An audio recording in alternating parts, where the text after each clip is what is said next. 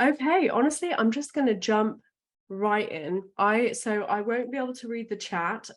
If you have questions throughout it, pop them in there. Meg is going to be going through the chat and collecting questions for the open Q&A at the end. I'm going to answer as many as I can, but I won't be able to see the chat just for the foreseeable future of this class. But welcome to the Lovin the One Nap Life class. Thank you so much for being here. My one-on-ones always came back to me during this time with questions about this nap transition, and I was always getting the same question, and I just thought, how can I help people going through this in a way that is, you know, short and sweet, and we can get the same questions answered, and it can just be really valuable.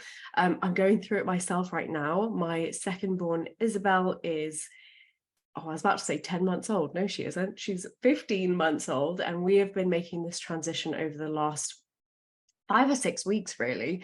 The last time I ran this class, she was 12 months. We were approaching it. And I was really excited to share all about it. I went in really confident. This is one kind of stage in babyhood / toddlerhood that I am very confident in, and that's one of the reasons why I did this class as well. It stressed me out a lot with my firstborn. All of the information online was very conflicting. It was very much, this should be the way that it is.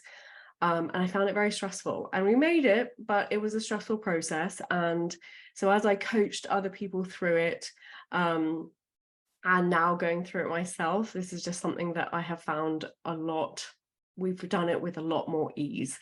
And when I say that, I don't mean that it was easy. I just mean that it was way less stress. My expectations were correct. And I was able to kind of go with the flow and go with the motions a lot easier. And now we're kind of at the tail end. I would say 90% of the time she has one nap. And we've made it. So I'm really excited about that, because I do love the one nap life. So some quick admin FYIs. You're going to have this video recording for a month. I double checked before, but did you all get a thing saying that, or a message saying that this has been recorded? So I just want to double check on the chat that that it is recording. Meg, can you double check that? Okay, perfect. Just want to make sure. We checked it beforehand, but I didn't want there to be a disaster. So you will receive the link to this recorded class within 48 hours. Meg is typically really good at this, so hopefully it will be sooner, but I just wanted to give us some leeway. You're going to have access to these slides that you're seeing right now. And I also kind of put together a guide that kind of has all of these slides, but in a little bit more detail. So there's going to be a couple of different references for you to reference, and you have access to those forever. There will be a Q&A at the end. I've also had many pre-submitted questions, and I will be answering those throughout this program. And then if it was just very specific, I answered them at the end. So let's crack on. I love the one nap life. You may have heard me talk about this on Instagram, but I just feel like it's so freeing. It's just like the best, in my opinion, it is like the best time. Age 1 to 2 is one of my favorite. I mean, they're all my favorite, but this was, you know, there's good and hard parts in all stages of parenting, but this age I just absolutely love. One of the reasons being because we're on one nap, so it's so freeing. You can do way more activities. I feel like in general we're just way more comfortable with our parenting, especially as a first-time parent. By the time baby is 1 year old, you've got to know them, you've bonded, and things just in general are just a little bit more easier. They're sleeping a little bit more overnight, probably, or maybe all the way through the night, or just with a quick feed. But it does come with its challenges, and it's one of the times that I get the most DMs about, the most questions about. And that's what this class is all about, is guiding you through it and giving you some confidence in it. So let's crack on. Okay, so let's have a look at what are they ready? That's the first thing that we want to look into. Are they ready? How old are they? That is the first question I want you to ask. Are they at least 1 year old? Typically, this transition happens between 12 and 18 months, more often between 14 and 16 months. That's like the smack bang average. Both of my girls fell between 14, 15 months when making this transition.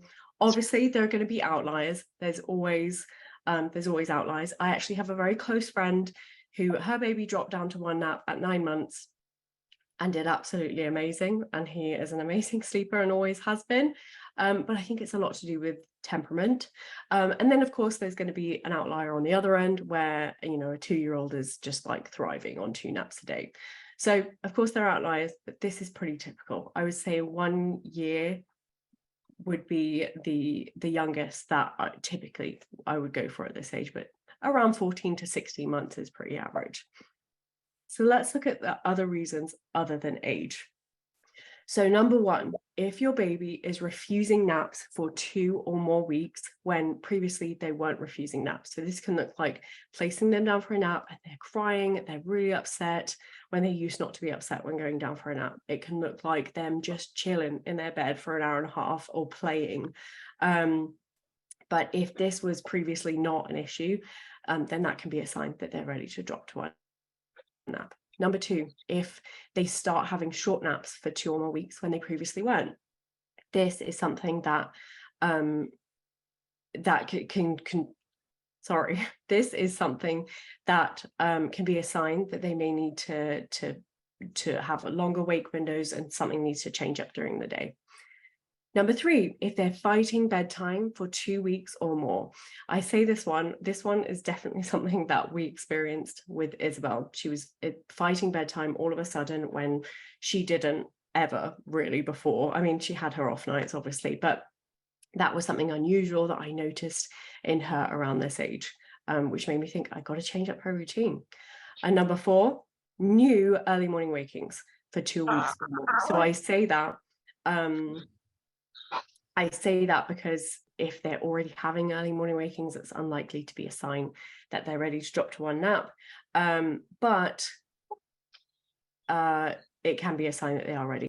Okay, so number 4, early morning wakings when there previously wasn't early morning wakings. So this could be they were waking between 6 and 7, but now they're waking between like 4 or 5 a.m. Number 5, split nights. So if you don't know already, split nights is usually when baby is sleeping all the way through the night, or sleeping a long stretch, but then having a long night waking, like an hour or more, and they can be really upset during this time. They can just be wanting to play, wanting to party, but they don't go back to sleep like after feeding or after being soothed. And this can be a sign that they're not getting they're getting too much daytime sleep in this specific situation. There's lots of reasons for split nights, and I'll have Meg link the blog for that below. But in this specific situation, split nights can be caused at this age by having too much daytime sleep, and it can then have a lack in sleep pressure and have caused those split nights. Finally, number 6, a reintroduction of night wakings for 2 weeks or more when you weren't having them before. This was another thing that we experienced with Ibs, is that she was sleeping actually all the way through the night. Finally, she didn't actually sleep all the way through the night without a feed until she was 11 months old. She was a little bit on the late side, but typically just because she was a little bit smaller. But she suddenly had a reintroduction of night waking. She was waking between 10 and midnight. And they weren't long night wakings usually, but she was pretty mad and it was unusual. And that was another sign that I just thought, okay, I think it's almost time. So it is worth noting, if you're already constantly experiencing all of these challenges, it may not be due to just needing to drop a nap. And if sleep on the whole is challenging, the first step is to go right back to the basics. I have more on that in my baby sleep course. If you're already in there, which I'm sure a lot of you are if you're participating in this class, I have a tune-up checklist inside my course. So if you feel like everything was going well and you've kind of regressed a little bit, I have a tune-up checklist. It's in the additional resource section of the final module of the course, and it is going to guide you through basically what I would walk you through as a one-on-one consultation on how we would kind of get back to the basics, get back to working on things as a whole. But overall, if you notice that your little one is around the right age and they're showing some of these signs, it may be time to drop to one nap. So quick tip, don't rush, give it a couple of weeks. Dropping a nap too early can cause some challenges. There's no rush. There's lots of reasons that that your baby might have short naps or early mornings. It could be teething, sickness, an off night. I talk about all of this inside my sleep regression course. There's even a time around 10-ish months that you may notice that your baby starts to refuse that second nap. And I talk about that a lot. They try and boycott the second nap. If you've noticed that and your baby is 10 months, or if that happened, write it in the chat because it's really common. And I talk about that specifically in the sleep regression course. It's free. So Meg will post the link below. So if you're not enrolled in my free sleep regression course, it's a great resource for that. But it could just be a simple regression. It could be just an off night. But your baby can experience all of these signs or just one or two. They don't have to fit a certain mold. As I mentioned earlier, we really only had fighting bedtime and random night wakings that really kind of showed us the signs. Otherwise, she was napping relatively well. Like, we would have a few off days. So you may not have all of these signs, or you literally might have all of the signs. Or you might have none and your baby is just 18 months and you're like, okay, I think they're probably ready, and I can just tell by my gut. So there is no one size fits all with this. So there are two ways that this transition is going to go, likely. So it's either going to be a gradual approach or cold turkey. Most likely it's going to be gradual, where you're slowly increasing their awake times and going back and forth between 2 and 1 naps for a while. I say that this is something I feel like is misinterpreted and isn't really shared about online, is that this transition takes ages. It's a huge change, and it's going to take some time. Sometimes, of course, there are outliers that it's going to take a week and they're going to do great. But for the most part, it takes anywhere from 4 to 8 weeks. With Isabel, we're probably on week 5 or 6, and we're just kind of getting to the tail end of it. With my firstborn, it definitely took a couple of months, if not a little bit more. And so I don't want you to think that you're doing anything wrong if they're just not getting it. It's not that they're just not getting it. It's just that this is a really huge change. And if you think about it, they're used to only being awake for like 2 or 3 hours at a time. Now we're expecting a little bit more from them, and it's just a big change. But I don't want to rule out going cold turkey, because some people it works really well for, where you just decide to go straight to the new suggested wake times or a loose schedule and kind of adjust with bedtimes as needed. Sometimes this is going to work, probably with more chilled out babies, more relaxed babies. But for the most part, I would say like 99% of the people that I've worked with, it's definitely more of a gradual process. So yes, it's just really important to remember that your baby is likely going to go back and forth between 1 and 2 naps. You're not doing anything wrong. It's just a process. It is a big deal. And I think just being aware of that and understanding that this is a huge change for your baby, that mindset in itself relieves some stress, because you're like, okay, good point. Like, this is a really big deal for them. They're making a huge change. They've always had 3 or 4 naps their whole life or more, when they were younger. And to just go down to just 1, it is a big deal. So I think keeping that in mind can just be really stress relieving in general.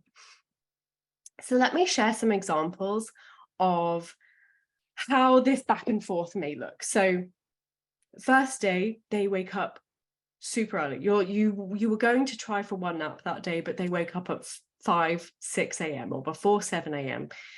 That might not be the best time to try it if they had a super early morning waking. But what you can do is slowly stretch their wake times. And I'm going to talk about that as the class goes on.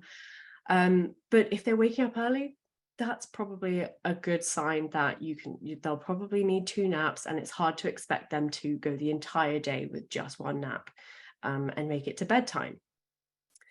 Number 2, if your baby wakes up late, that is a great time to try one nap today.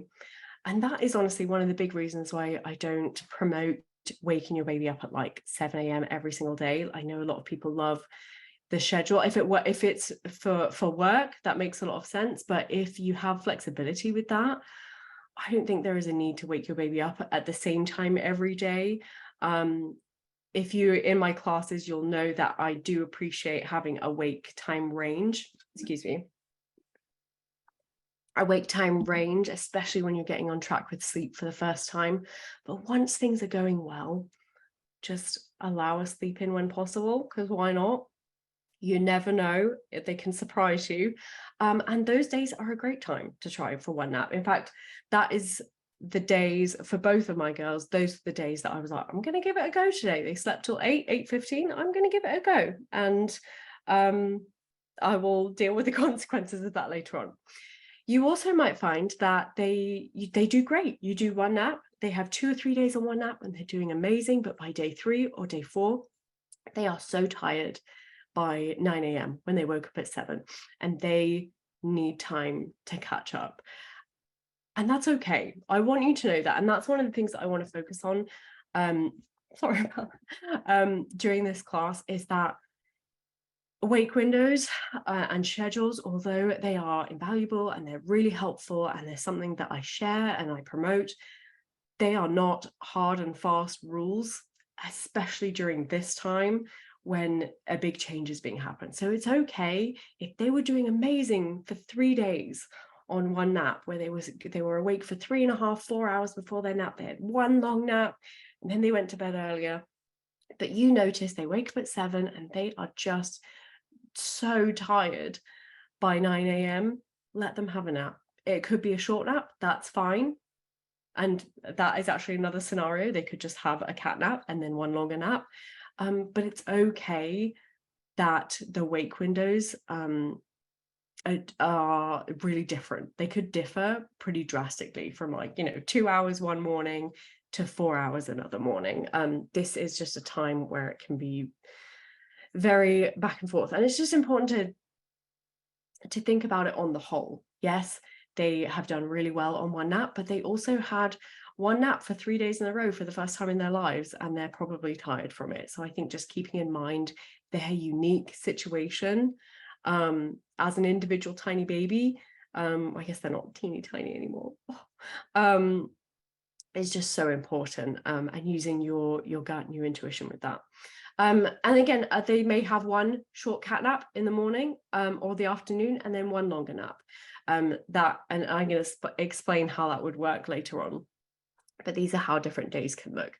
So a 2-nap example. So previously, they may have been waking up, having a couple of hours awake, and then previously they were waking up, having a couple of hours awake, and then going down for their first nap. As we're trying to stretch them, so on the days that we're trying to stretch their wake times a little bit longer, we're going to just stretch that to 3 and 3.5 hours awake-ish. It could be give or take. The first nap may not be super long, and by that I mean not like 2 hours. It could be an hour and a half or less. Then we'll have another slightly longer wake time than usual. If they used to have 3 hours, maybe up it to 3 hours 15, 3.5-ish hours, and then another nap. It may not be super long, again, probably not like 2 hours. And then 3-4 hours awake before bedtime. You'll probably notice that if your baby is on the older end, they're kind of 13, 14, 15, 16 months, if they're waking up and having 2 decent naps, 1 or 2 hours, it may push bedtime a little bit later than usual. So that is pretty typical around this age, as they're increasing their wake times, but they're not quite ready for one nap. A one nap example might be when they wake up a little bit later, like 7, 8 a.m. They'll have 4 hours awake. We have one nice long nap, and don't worry, we'll be talking about how we get there. That's kind of the recommendation, is 2 to 3 hours for one nap at this age, and then another 4 or 5 hours awake, probably like 4 hours at this age, and then bedtime between 6 and 7. You will notice that even though they woke up between 7 and 8, they're still likely going to need an earlier bedtime. So rule of thumb, later bedtime if they have a longer nap, earlier bedtime if they have a shorter nap.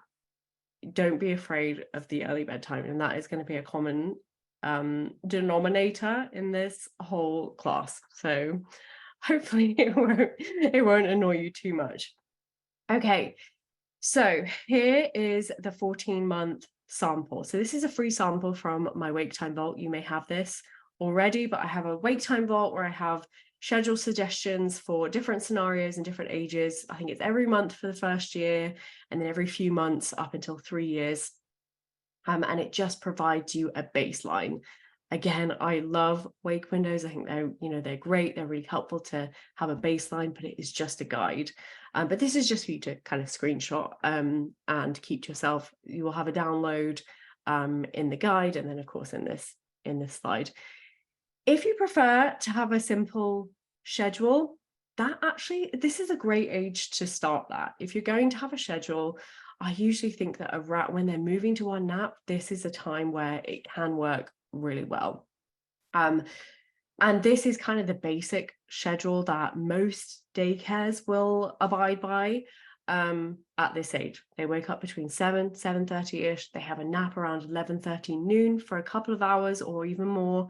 And their bedtime's between 6:30 and 7. Again, if their nap is really short, bedtime will be earlier. If their nap is really long, it will be around 6:30, 7-ish. So this is just another little freebie that you can screenshot. So here are some tips for stretching awake times, because I know some of you might be like, what?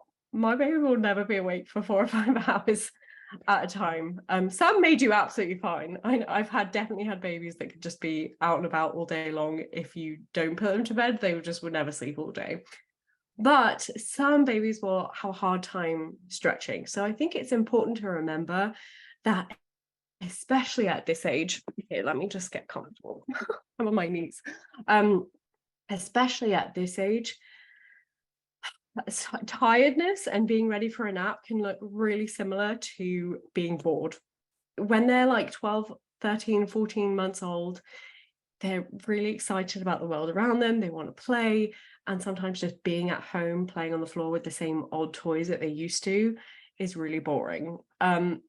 So I think it's just really helpful to practice doing all these different wake time stretching tips just to see whether or not, kind of gauge, are they bored or are they actually tired. So first thing, go out, go to a play group, go shopping, run errands, do the laundry, something that they can watch you do, so that you're not losing your mind, but that will keep them entertained.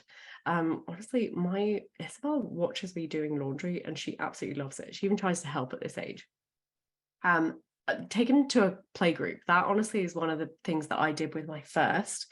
If you're local, I don't know if there's anyone here in Phoenix, but our local Parks and Recreation has a little, they call it Wiggle Worms. It's like a little, I say a little, it's like this big hall, like a basketball court, where they put a bunch of toddler toys in because it's way too hot to play outside, because it's literally 110 degrees today, I think. And that was what we would do. We would go there, she would get her Wiggles out, she would just play on all these toys, on the inside toys. And then we would get in the car and come back, and that was really helpful. Water play is a great one. Outside time, getting outside. I know weather permits, but if it's possible, get outside. Food, some really helpful foods that I have found to be the most entertaining of all foods are peas, because they can like pick and choose, and like beans and things like that. Pomegranate seeds. Stuff like that is really, and it kind of gets them to practice their little pincer grasp, and it's like more entertaining than your average lunch or whatever. Again, play with, if you have pets or siblings, use them to your advantage, because they can be really helpful. But the biggest takeaway I want the biggest takeaway I want you to take from this, or the biggest thing I want you to take from this is, are they bored or are they actually tired? Because there definitely is a fine line around this age. Okay, so I want to do a little honorable mention of the micro nap. And I don't know if this person is here, but I did get an email suggesting that we talk about the micro nap. And it's definitely something that I advocate for in this time period. But I guess I just hadn't ever put it as a complete slide. But just because a nap isn't the fully restorative sleep doesn't mean it's bad. Yeah, like if your baby is only ever sleeping for 10 minutes at a time throughout the day, that could cause some issues and some struggles when it comes to sleep. But the occasional or one micro nap a day, especially during this age, is actually going to be really, really helpful. And it can be something that can really help make this transition a lot easier. So a little micro nap isn't necessarily going to mess up the entire day, because they don't need a full wake time after that. If they're sleeping for under 30 minutes, and by micro nap, I mean like, it's like a cat nap would be like 30, 45 minutes or under an hour. But a micro nap, I'm talking like as little as even 5 minutes to 20 minutes or so. But it can stretch them an extra 45 minutes, an extra hour to the next nap. So I actually think it works really well. And you can do this in the car, on the car seat. We would have these little micro naps on the way back from Wiggle Worms when we went to our play group, which was actually weird because my daughter never slept in the car, but she did at this point, which was really helpful because there was enough sleep pressure, which is usually the reason that most babies don't sleep in the car. Is because there's just not enough sleep pressure. But yes, it stretches them an hour or so until the next nap. Excuse me, just have a quick drink. If you don't know, Arizona's like incredibly dry. And so if you're talking for a long time, you just have to like keep hydrating. But yes, just because it's not restorative, I see a lot of like, oh, short naps are junk sleep.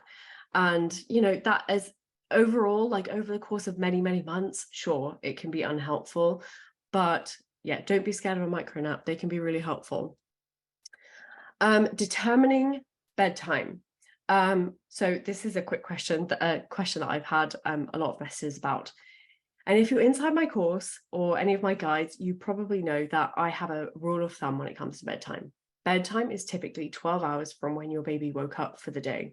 For example, if your baby wakes up at 6, it is not unreasonable, even if they had a 3-hour nap or 3 hours of sleep throughout the day, to go to bed at 6. Or it could be a little bit later, because there's different sleep needs. Some babies will sleep like 11 hours at night and other babies will sleep up to like 13. So it really is a little bit different for each baby, but around 12 hours from when they woke up, dependent on how they napped. So again, the later bedtime if they had a longer nap or longer naps, and an earlier bedtime if they had shorter naps. But it's okay not to be a full wake window before bed. This is another thing that stresses people out a lot. They'll say, well, they had a nap at 4 o'clock, they woke up at 4 o'clock, but they need a full like 4 hours before they go to bed. Not necessarily.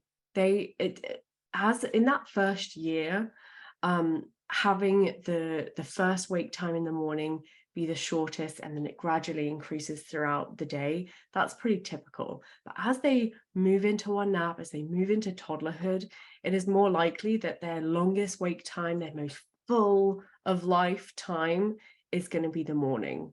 So they're going to have their longest wake time, their longest wake period, their most fun, their least grouchy is going to be before their one nap. And it's okay not to be a full wake window before bed.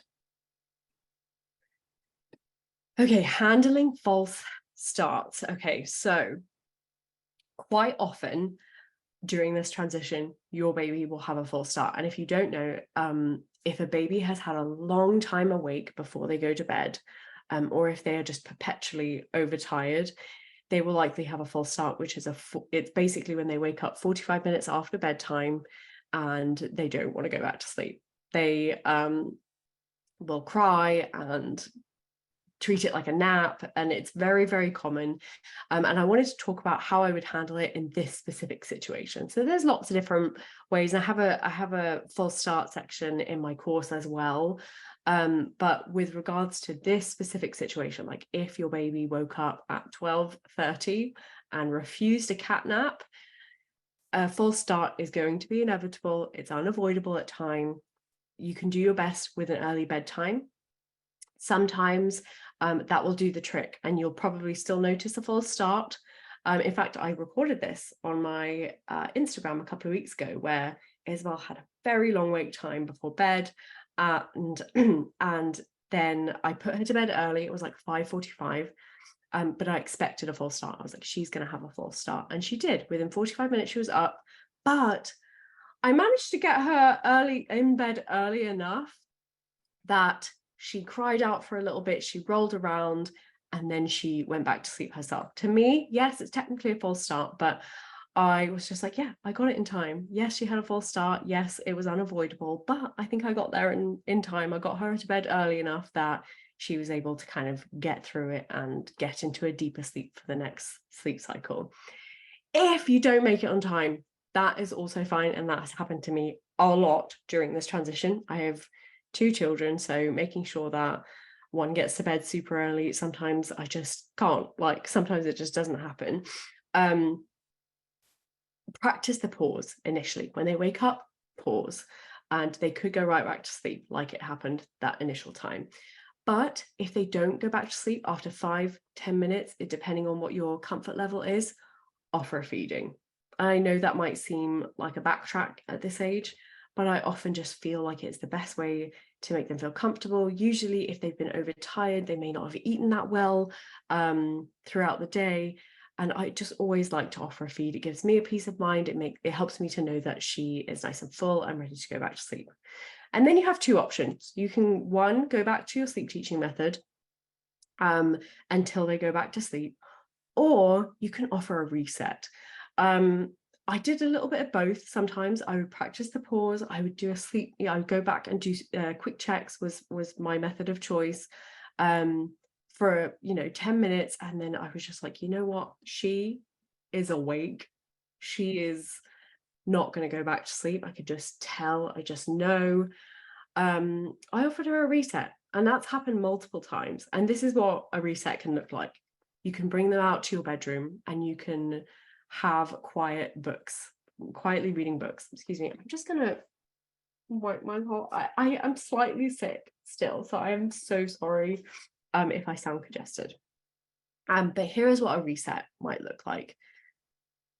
You take them out of their bed. They've been crying. They went to sleep for 45 minutes and then they woke up really mad. You maybe tried to sleep teaching method, but if not, you can use your gut with like, okay, that cry means they're really mad and they're not going back to sleep. And this is especially like if you know your baby can fall asleep at bedtime, they know how to transition through sleep cycles, it's a lot easier to recognize like, okay, they need a reset. We need to redo things again. Okay, now I'll tell you what they might look like. Come out, read books in the bed with a low light. I probably wouldn't have like bright lights on or a ring light. I probably wouldn't do that. But low lights, read a book.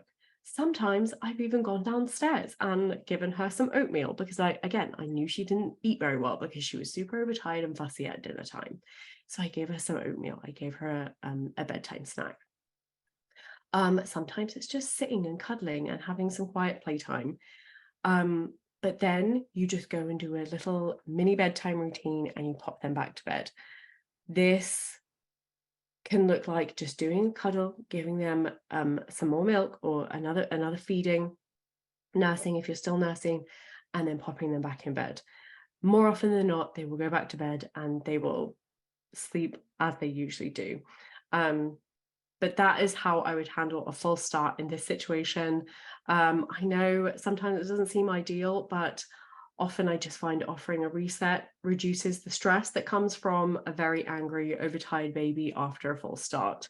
And it just gets them back on track. It typically doesn't become a habit in terms of it happening over and over again, but it has happened several times with Isabel when I haven't got her down in time. And it happens, life happens, and there's just different ways of handling things when they do happen.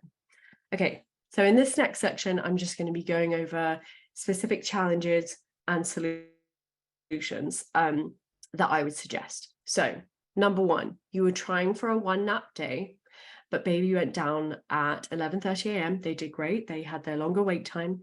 but they only slept for 30 minutes or an hour and a half. So they woke up at a really annoying time, I suppose. What do I do, and how do I get the longer nap that's recommended?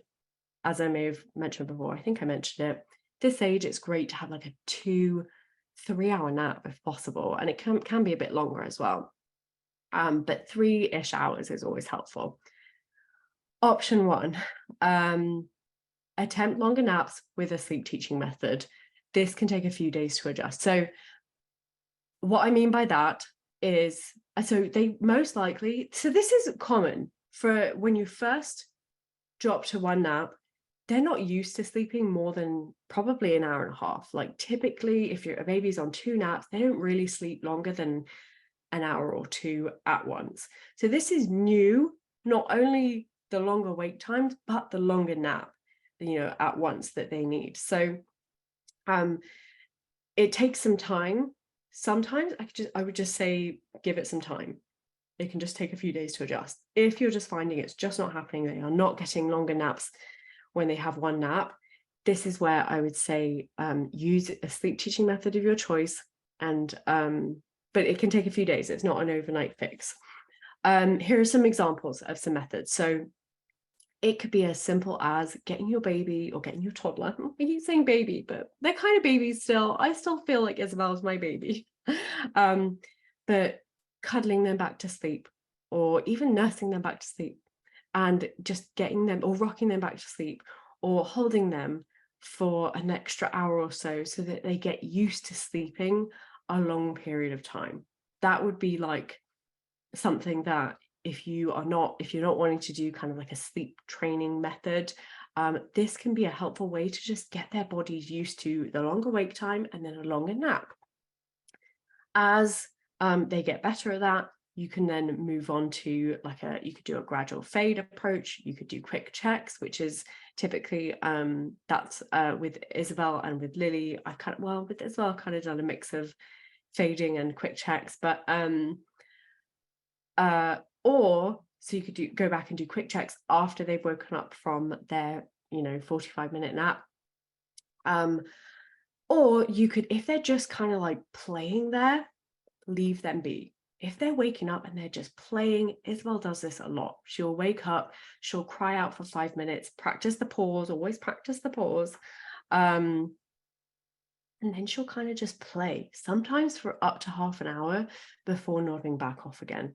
That's okay. Anytime that they're in the crib is rest time, in my opinion. I don't worry about like the hours that they're sleeping. This is, again, it's going to take some time to adjust to this and to get there. It's okay if they are chilling for 45 minutes, even up to an hour. So you can kind of do a crib hour thing, or if they're just on and off upset, you could also do a crib hour if that's something that you are comfortable with. For more detail on naps and lengthening naps, I do have my ultimate nap guide. I know a lot of you have it or purchased it, or a couple of you purchased it at the same time as this. So go back to that. That's going to have more specific directions on how to lengthen naps and different ways that you can do it. Option 2 would be to squeeze in a cat nap after a few hours to stretch them until bedtime. So this can be in the stroller, it can be in the car, it could be wearing them if they still sleep like that. If, like my baby, they don't sleep in the car or the stroller, I would pop her into her crib and we would do like a little 30-minute nap. With that said, sometimes it didn't work. I think I remember the time that I think I've documented this on my Instagram. She woke up at 12:30. I attempted a cat nap. She did not have it. She was really upset. It did not happen. And so I resorted with both options here: earlier bedtime to catch up, and then plan for that full start and treat it as such. So with both options, treat it as with both options, have an early bedtime to catch up as they're getting used to this. I know I sound like a broken record with the early bedtime talk, but it's pretty magical. I'm a big advocate for early bedtimes. Okay, challenge. Baby keeps falling asleep in the car in the morning on the way back from trying to stretch wake time. So I actually love when this happens. This is when the micro nap comes in. So if you've been going out grocery shopping or going to a play group or going to your friend's house and they fall asleep on the way home, treat it as a micro nap. Let them use it to stretch them to an afternoon nap at like 1 o'clock. This gets them used to having a longer nap in the afternoon. It can be a really helpful tool. It's not like a problem, in my opinion.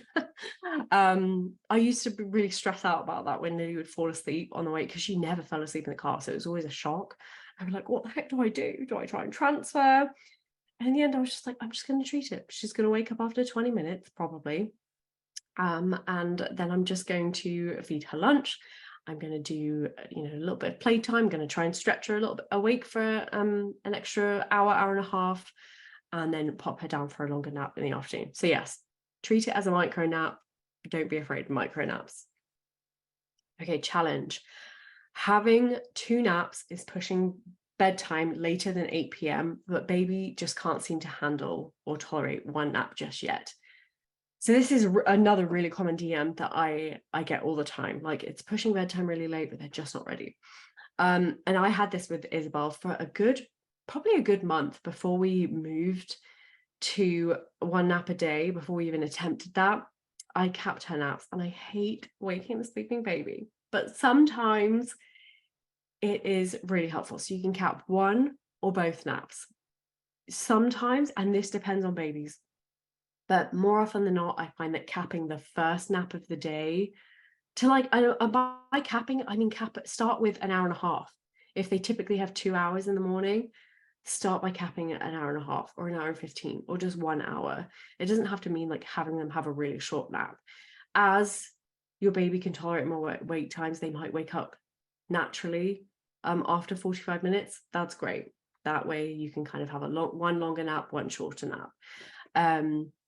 But often capping the first nap is more successful than having 1 long morning nap and then attempting a cat nap in the afternoon, because the sleep pressure just isn't there. I mean, as I did with Isabel, I was like, she went down at like 10:30 because she just needed a nap, and I let her sleep for 2.5 hours because I needed some me time with my other daughter, and I let it happen. And I dealt with the consequences, and we tried to get her down for a cat nap, but it just didn't work. So typically, if you're going to cap a nap, as painful as it is, I would cap the first nap. But sometimes for a while, we capped each nap at 1 hour, and it worked really well when she wasn't quite ready for 1 nap, but it was just pushing bedtime way too late. So we capped it about an hour each. Okay, challenge. So how do you fit in lunch if nap time is 11:30 to 12 p.m. and they are sleeping for 2 or 3 hours? Won't they be hungry? Great question. This actually, nobody asked me this the last time around this class, but I remember it being a concern of mine, so I'm not sure why I didn't add it before. Here are some solutions. So first things first, early lunchtime. This is pretty standard in most daycare settings where your toddlers, they'll have playtime, circle time, and then they'll have lunch around 11:15 to 11:30, and then they'll do a nap time. It's really common for them to have an early lunch and then just like an afternoon snack right after nap. That's usually the best kind of meal schedule that works for any toddler that is napping. And that will get later as nap becomes later. As they grow into their toddlerhood, nap will be at noon, and then 12:30, and then 12:45, and then 1 p.m. for a couple of hours. So this is just a temporary thing. So if early lunch is really annoying to you, it is just temporary, but that's pretty standard for most daycares, like up until like 3 or 4 years even. Another option is mini meals before and after a nap. And I say mini meals and not snack because I don't want it to get confused with, I'll give them some puffs or some blueberries or something like that. Because typically that's not as filling, it's not as helpful. So when I say mini meals, I mean like cottage cheese on whole grain toast or wholemeal toast. It could be a banana with some peanut butter or nut butters on toast. Oh gosh, now I can't think of anything. Oatmeal, things like that, like where it would be a nice filling meal. It's got some protein in, it's got some carbs in there, it's got, you know, maybe a fruit or a vegetable. That is a great way. And just do that before and after a nap. So that has been the most helpful way to kind of incorporate meals. I know it can feel really awkward at first, but you get into a really good routine, and it works well. And typically babies will eat dinner earlier, like 5 p.m. because they go to bed so much earlier. So it works out for the best, really. Next is milk feedings. So I had a lot of questions about milk feedings this time. So first suggestion, offer a bottle of milk or a cup of milk or nurse before their nap. I love doing that. I did that with both my girls. It can be a lovely calming part of nap routine. It's something that I think is a great cue for sleep, and I don't think that it needs to be let go.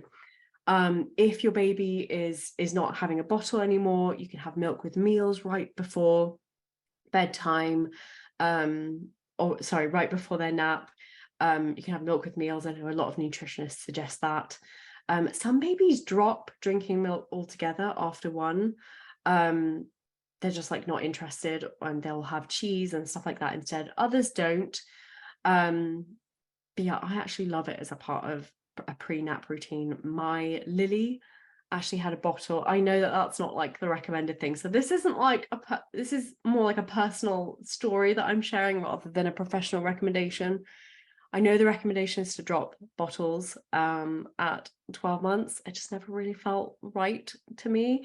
And I just let my toddler, I let Lily drop her bottle when she was ready. I would ask her after she was 2, I would ask her, would you like a bottle of milk? For the most part, she said yes. And then at 2.5, she said no. And she has never asked for a bottle since, other than when she's pretending to be a baby. And then Isabel, I still offer her a bottle before her nap. So I think it depends between each family. But milk with meals would work just as well. But I personally just like love a cozy milk bottle or nurse before nap. I think it's cute. Okay, so let's go into the pre-submitted questions. There were so many, and I hope that for the most part, I answered a lot of them earlier on in this presentation, but there were so many daycare questions. So I've got a few slides to go over everything to hopefully ease your mind and give you some suggestions to help you through.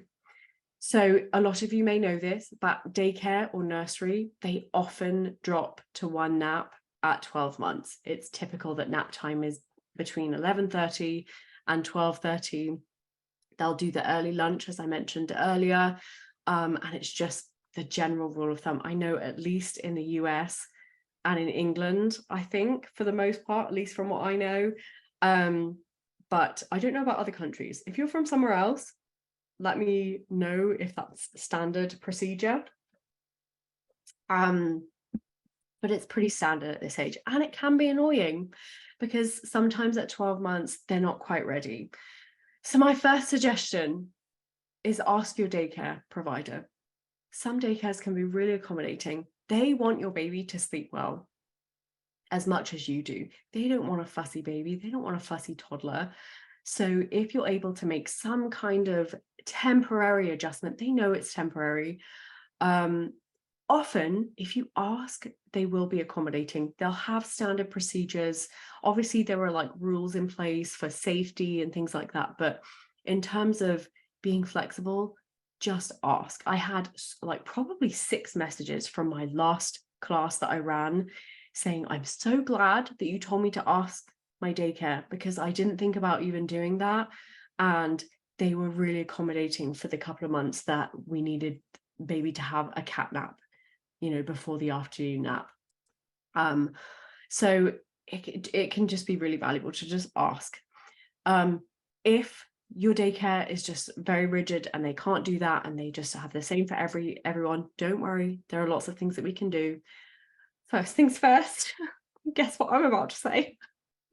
Early bedtime, early bedtime, early bedtime. I know I'm sick of myself saying that, but it really will. It's not the fix everything. I will say that. It doesn't fix everything, but it, as I said before, I think it is the foundation of a really good sleep for underage 4 or 5. It's just going to be a saving grace, especially when they're going to daycare and they're super stimulated throughout the day. Another option is a cat nap in the car on the way home. A lot of the time, babies, if they've been in daycare, they will just absolutely crash out and then still have an earlier bedtime. So keep that in mind. And I'm going to talk more about cat naps and bedtimes and how to handle that in just a couple of minutes. In terms of your kids napping at daycare, they will adjust. They will either adjust to having great naps, they will learn to sleep in a new environment. It won't confuse them in terms of going back and forth between how they sleep at home and how they sleep at daycare, because often they're on like a little cot floor bed after 12 months, which can feel really weird if you're used to your baby sleeping in a crib. But often it will be really hard. They probably won't sleep that much the first few weeks or even months. But they get used to it. Then, or they may surprise you and they may do amazing, like first thing. I've had lots of families be like, yeah, I was not expecting them to do so good, but they just tied him out so well and got him to bed early enough that it worked out great. So have hope. It can take some time, or they adjust, like you adjust as a family to working around crappy naps at daycare. So it's either way, it's going to be okay. So you're going to adjust. Some quick tips. Work on night sleep if you haven't already. Night sleep is the bread and butter of good baby and toddler sleep.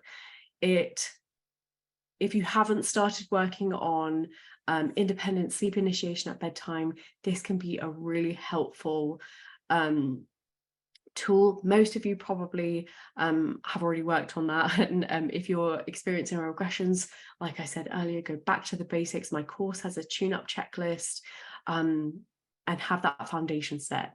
Do it before you start daycare, do it right now if you're already in daycare, but start with night sleep, because all of these tips that I've shared today are going to be way more helpful with a solid night sleep foundation.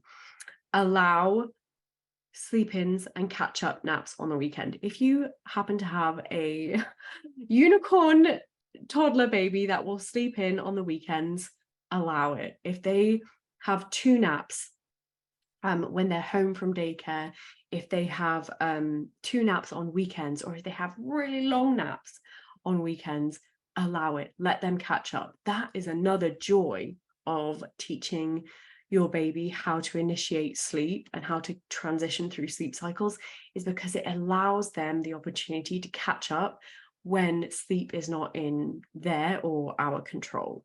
So that's one of the reasons why I always say work on night sleep, because it provides them that skill that enables them to catch up when stuff like daycare, which is, unavoidable. We have to work, lots of families have to go to work. They have to send their children to daycare. And it just gives them that skill to be able to catch up when possible. It's going to be okay. It might be a bit tricky, but they will adjust and it's going to be okay. So let's talk about bedtime, specifically on daycare days. When possible, don't be afraid of super early at first. Like, I'm going to sound like a psycho and I know it, but 5:45 isn't off the table. I had a client one time that I worked with, their baby went to daycare. They were both full-time parents, full-time working. And they popped their baby to bed at 4:55 one time, because when he was first starting daycare, because he just wasn't sleeping that well. And he slept all the way until I think 5 or 5:30 a.m. Yes, he had an early morning waking, but it was the stepping stone to catching up on that sleep, to getting slightly later wakings that helped him to nap better at school or at daycare. That then helped them to stretch bedtime a little bit later, which, naturally, rather than having to do a super early bedtime because they didn't nap so well. So it's kind of a butterfly effect of, yes, it can cause an earlier waking initially, but the more you do it, the more your baby is able to catch up from that overtiredness. It can take a few days, it can take a few weeks, but it is temporary. So when I'm saying 5:45 bedtimes, I'm not saying you have to do that every night. It's just, it's an option, and don't be afraid of it. And yes, they might have false starts, treat it accordingly, and prepare potentially for a reintroduction of a night feed. And this is something that I wanted to talk about because daycare in itself is very stimulating. They're also, when they're 1 year old, they switch to not providing bottles. They just have milk with meals for the most part at most daycares. And so I think it's what is the word? Expected that they may not get their calories in initially. So prepare for potential reintroduction of a night feed. If, because of early bedtimes, a lot of people come to me and just be like, well, they're my baby and I never get to see them, and then I don't get to see them all day and I want to spend time with them. Do they really have to go to bed early? And this is where I actually like to potentially try a dream feed. And now I'll have Meg, if you could drop the dream feed blog, which is typically more for 0 to 7 or 8 months old. They actually can work really well for specific temperaments, I would say. But it does one of two things. It does two different things. It provides them the calories that they need and hopefully will stop them from waking up at 3 a.m. for a feed if they truly are hungry. And it also just provides you with a little bit of cuddle time. I know families that I worked with that kept a dream feed until their baby was like 2 years old because they worked full time, and that was the time that they got to cuddle, and they had time together that wasn't when baby was overtired. She said, I would much prefer to have my baby go to bed earlier and do a cuddly dream feed, and it would work out for the best compared to keeping them up later and it being kind of really hard, really miserable, and then having night waking. So I just think that it's not going to work for every baby, but I do think it's worth a try. I still have dream feeds with Isabel occasionally if I know that she hasn't eaten that well that day. More information on like how to do a dream feed in the blog that Meg has sent, but I don't think it's off the table. I know that's like an out there approach for this age, but I kind of love it. So cat nap days. Okay, so if your baby has a cat nap in the car on the way home from daycare, here are some things I want you to know. 10 or 30-minute naps can wipe sleep pressure for a good hour or two. Keep this in mind when planning for bedtime. So it doesn't mean that they need a full wake window. And I've said this before in this class, and I really want you to take that home from this class, is if they have a cat nap at 5 p.m, bedtime should still probably be by 7, especially if they awoke in the morning earlier than 7 a.m. So keep in mind that it will wipe their sleep pressure for an hour or two, but they don't need a full 3-4 hour wake time before they go to bed, especially if they didn't nap well at school and they woke up early and they've had a really super stimulating day at daycare. So that's how I would approach bedtimes and cat naps. Is yes, it's not going to be 6 p.m, but it's still likely not going to be super late if they've been at daycare all day. Okay, so I had one question that was asking about side effects of daycare and sleep. So I just kind of wanted to put it all together and make a little bit of sense of it. So if your baby is going to daycare around this age and they're dropping to a nap, expect a temporary addition of a night feed because of distraction, because of the fact that they need to go to bed so much earlier initially. A temporary addition of a night feed is not necessarily a bad thing, and you can work on dropping it as your baby gets used to. Oh my gosh, it's the bloody cat trying to get out. Excuse me. Come on.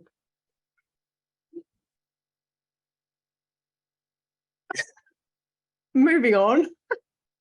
Temporary addition of a night feed. Because of distraction and early bedtime. I would expect earlier mornings as they get used to this. I'm going to talk a little bit more about early mornings in a couple of slides, and then potentially split nights. So these are some kind of like side effects of daycare and sleep and moving to our nap a little bit too early. But it isn't anything that you can't work on, and there aren't things to help with. And so everything we've talked about in these slides, treating them like a full start, expecting these things, is going to help you throughout this process. Okay, here's one of the questions. So, hey, can this workshop also be work to lean to transit from 3 to 2 naps, learning good habits to transition from 3 to 2, and then eventually 2 to 1? I want to continue creating good sleep patterns. So yeah, so the 3 to 2 nap transition is typically a little bit more simple. Similar tips apply. They may go back and forth between 3 and 2 naps for a while. They may need a cat nap, early bedtime. Similar tips can be used for stretching wake times, going outside, food, things like that. This is where the 6 to 7 p.m. bedtime becomes really amazing. But yeah, I would say you could use similar tech tips that I've been sharing, but it won't take as long to make this adjustment. Probably within 2 to 4 weeks is usually the 3-2 nap transition. Babies tend to take to it a little bit more because it's just kind of chopping off that last cat nap of the day. Okay, I had a lot of questions on early waking, so I lumped them all together. So question 1, what is an appropriate wake time for a 15-month-old? Early mornings. Why is my babe struggling so much with them during the transition from 2 to 1 naps, a 2 to 1 nap? What to do when my baby wakes up at 4:35 a.m. and is not going down? It seems daunting to try and keep them up until noon when they have an early start to the day. How do we avoid early mornings during the transition? What do you do when a second nap or a cat nap is refused and the wake window up until an early 6 p.m. bedtime is just much too long? So I have experienced this myself. So let's answer those questions. For a 15-month-old, a typical helpful wake time is between 6 and 8 a.m. So if you're trying to get sleep back on track, I always suggest that if your baby isn't awake by 8, wake them up. As your baby is getting better sleep, and things are going a lot better, you can let them sleep in and just allow it and adjust the day accordingly. That's at least how I like to live my life, because my children are my alarm clocks. But if you like waking them up, that's fine to wake them by 8. But yeah, 6 to 8 is a great wake up time. The reason that your baby is having early morning wakings during this transition is because they're getting used to this extra long awake time. It's not your fault, and it's not always avoidable at first. It is a classic reaction to pushing their body a little bit to, they're pushing limits here. They used to be awake for 2-3 hours at a time. Now it's 3-4 hours or even more at a time. So that's the reason for it. And typically it's temporary. In the case that the last question, which was is waking up early and I don't, it seems daunting to let them go till noon. I would perhaps treat this as a 2 nap day. It depends on how old your baby is, but I would treat it as a 2 nap day. Perhaps cap that first nap to work on a longer afternoon nap. As I've mentioned before, the first cat nap is a lot easier than trying for a second nap. I would continue with consistent early bedtimes, expecting false starts after bedtimes on those long awake window days. I talked about that a little bit earlier on. What do I do when 2 naps is pushing bedtime late, but 1 nap is, they have a long wake time? Expect false starts and treat them accordingly. It is a phase. I will say it is a phase. If you've been struggling with early morning wakings for a long time, there's so much that goes into it. I will definitely one day do a class on that in itself, because it is a topic that I think I've pretty much mastered. I feel like I've mastered it in terms of people that I've worked with and tips that I've shared and my own children. I think I've pretty much mastered it. If you would like an early morning waking class, let me know, because that is something that I would love to share more about. I have a guide, but sometimes it's hard to read through a guide when you're waking up at 4 a.m. So I will have Meg link I have an early morning wakings blog and an early morning wakings guide, both of which go into more detail on how to help these early morning wakings and how to kind of get things back on track, because they are tricky. And I could talk literally for another hour or two about that. But yes, okay, next question. So I've got twins. very different temperaments. I want to try and keep them on the same schedule. I just cannot deal with the overtiredness when they don't nap at nursery or daycare in the afternoon. On one nap at nursery as in the morning, as nurseries from 1 p.m. to 6 p.m. And I cannot stretch the morning wake window to try to anything more than 2.5 hours. Are they not ready yet? This is a great question, and it's a very tricky one. This one had me in my thinking chair for a long time. First things first, I would definitely talk to your daycare about introducing an afternoon nap. I'm not sure if I'm missing context here. I have never heard of no afternoon nap offered at this age. That really surprises me. Because even if your baby's on 2 naps, a nap would be like a 9:30 nap and then a 1 p.m. nap. Or typically, as I've suggested, most daycares will have like a 12 to 2 p.m. nap, or 11:30 to 2:30 or something like that. So that is really perplexed me and really surprised me. So whoever asked that question, I would actually love to hear what happens in the long run, because yeah, I was just like really perplexed by them not doing that, because it's really hard to expect a child, honestly, any baby under the age of 3 to not sleep between the hours of 1 and 6. So let me know about that. Don't rush to dropping to one nap if they're not ready. You didn't mention the age, but don't rush it. Early bedtime when possible. Catch up naps on the days that they're not at daycare or not at nursery. And again, prepare for those false starts after bedtime and treat as such. So that if your daycare really won't,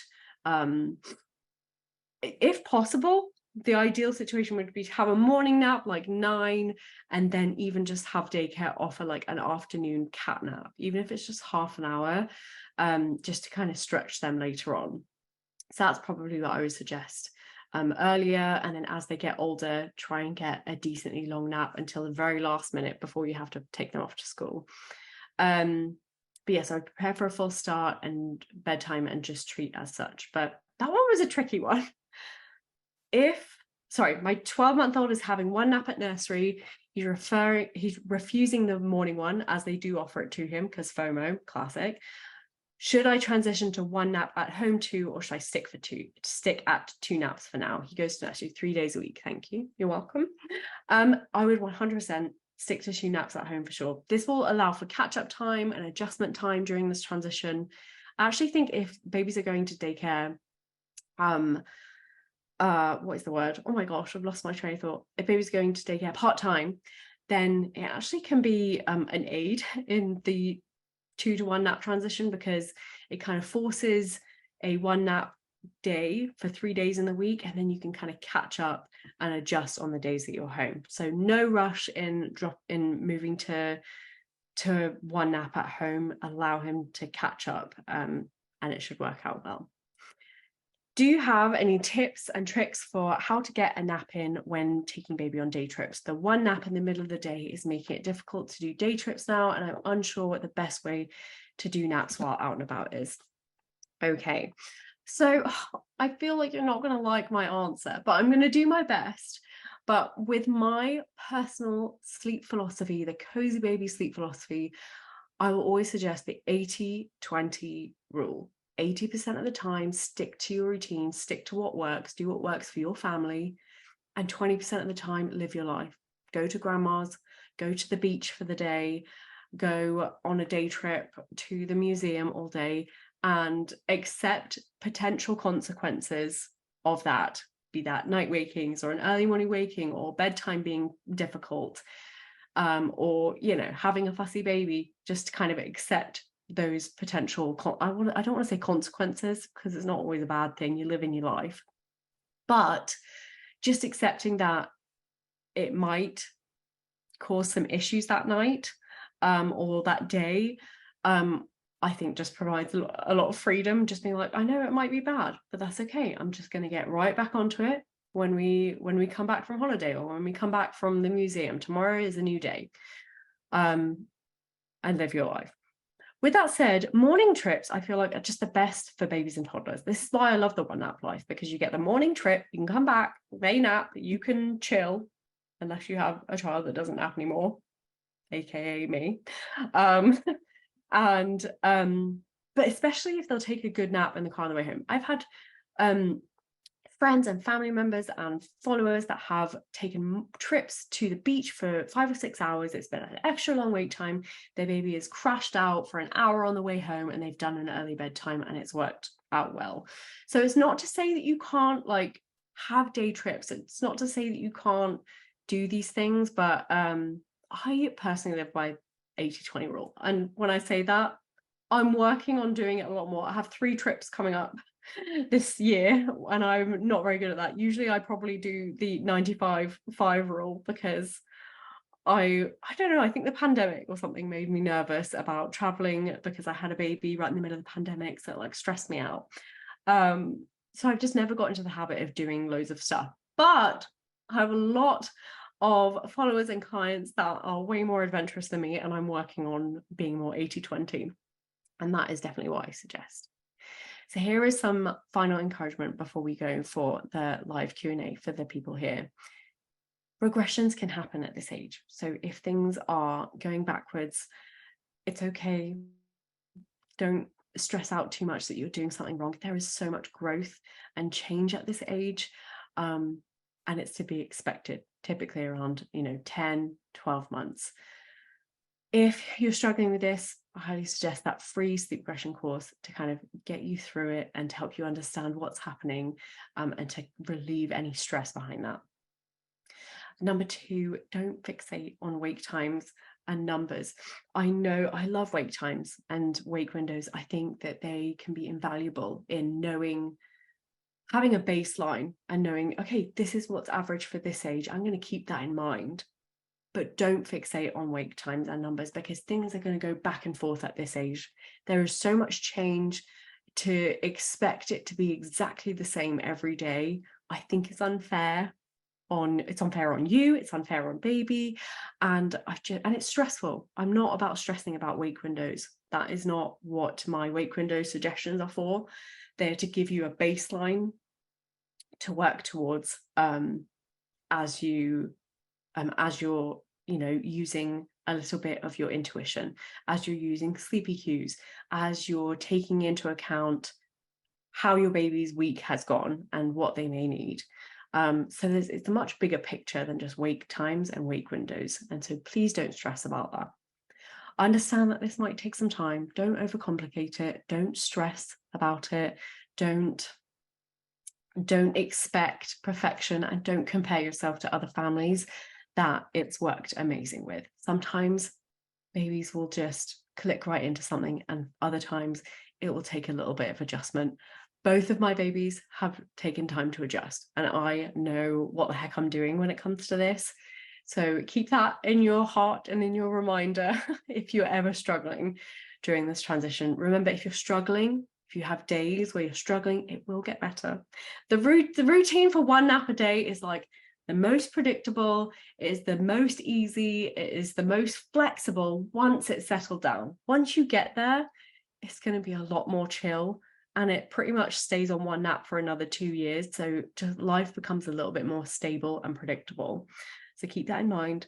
And if ever you have an off day, just remember tomorrow is a new day. That is my cozy baby mantra. It's how I got through. I still use that mantra to this day. If I have an off night, an off day, tomorrow's a new day, today is a new day, and I'm going to make it work, and it's going to be all right. Okay, I'm going to open up the chat, and let's have an open Q&A. Okay, perfect. Meg has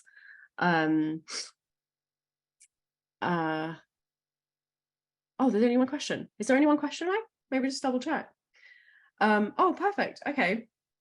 If you have any other questions, feel free to pop them in the chat and I'll read them. But hopefully all your questions are answered. That's fab. Okay, false start section from Margot. When you say feed, do you mean getting them up and eating food or something else? So when I say offer a feed, sorry, I should have clarified that. I'm sorry. When I mentioned offering a feed, like when they wake up and you've practiced the pause and you've done quick checks for a little while, or you've tried to rock them back to sleep. By offering a feed, I mean offer a milk feeding, offer them a cup of milk, a bottle of milk, or nurse them. just milk. I don't mean solids. I did mention that during a what is it called? False start. During a reset. I'm so sorry. It's like it's been a long hour of me talking. When we offer them a reset, sometimes I'll go down and give her some oatmeal or something like that, if I know that she hasn't eaten well that day. But often I will just, when it comes to just offering a feed, I mean nurse or milk in a bottle or milk in a cup or however they do it. Any other questions? You're welcome. I jumped on late, may have missed this, but so yes, they will be in the you can catch that on the replay. I've talked about typical wake windows and wake times. I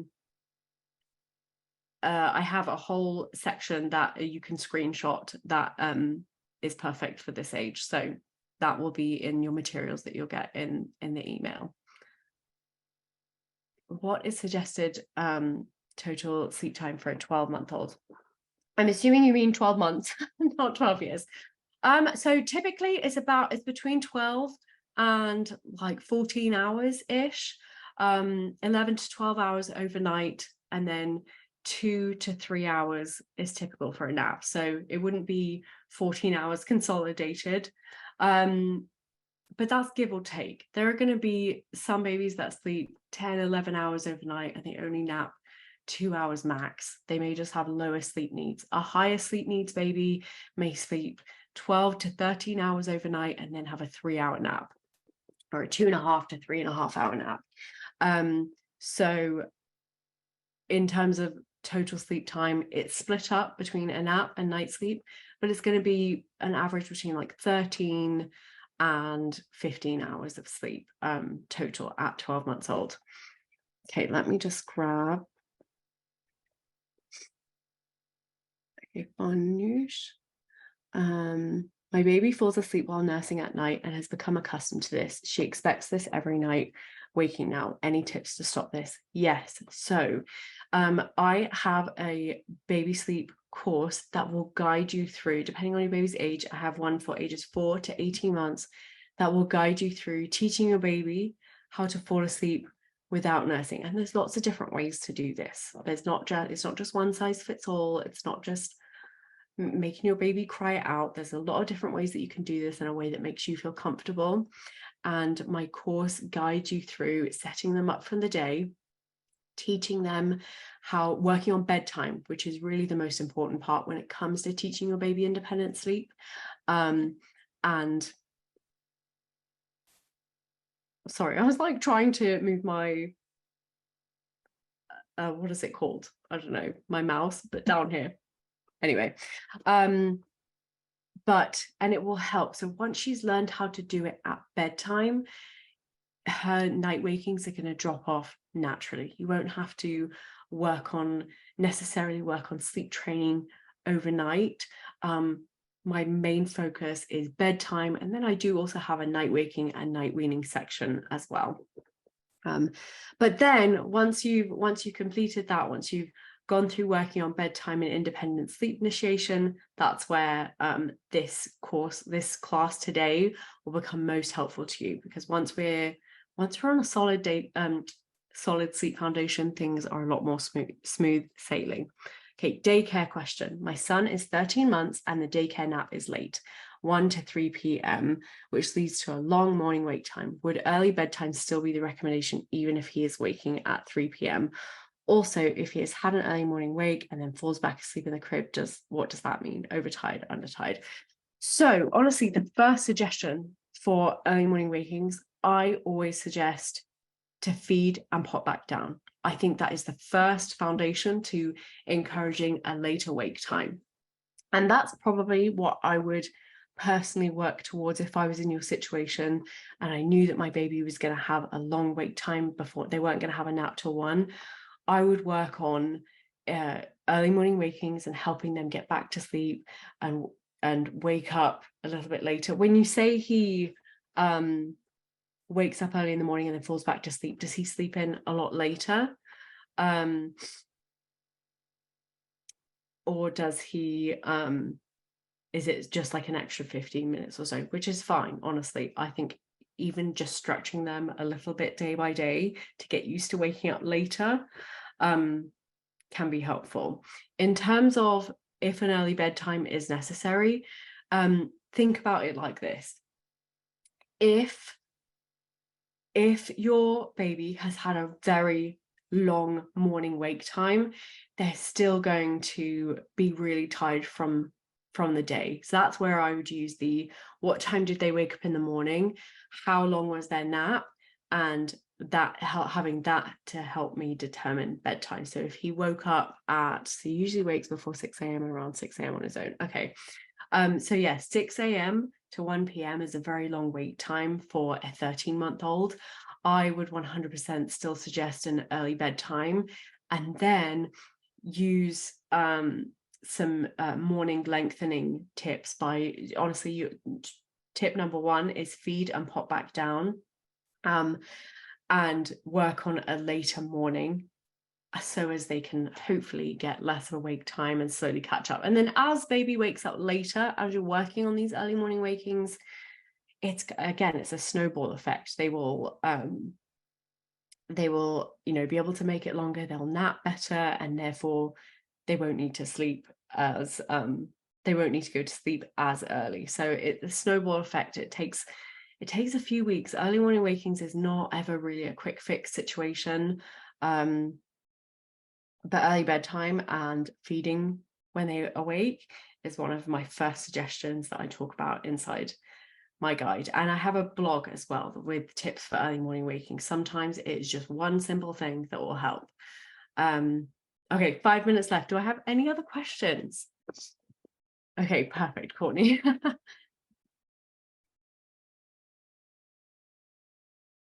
If you don't mind, I'm going to wipe my nose because I am still a little bit sick. I can't believe this.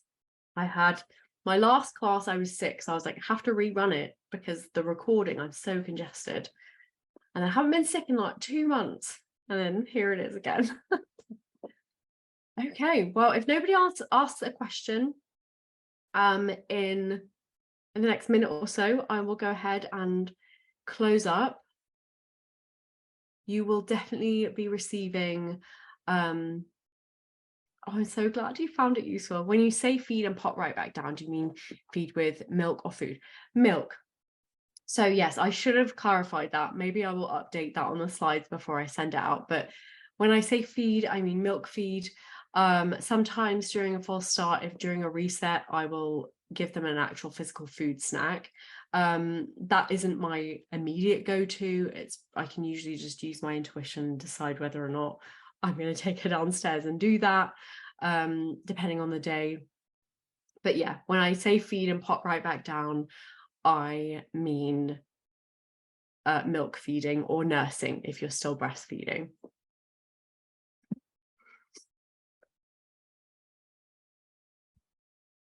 Well, if you have enjoyed this class, I would love to hear about it. Please send me a DM on Instagram. I try to get to all of my DMs. Sometimes they get lost and it's really hard, but if I don't respond, send it in an email because I would love some feedback on how it's been, any suggestions for any other classes that I can do. I kind of really like these sort of bite-sized topics that I can really dive deep into, because it really feels like a one-on-one consultation that I would call if somebody has like a specific thing that they're worried about.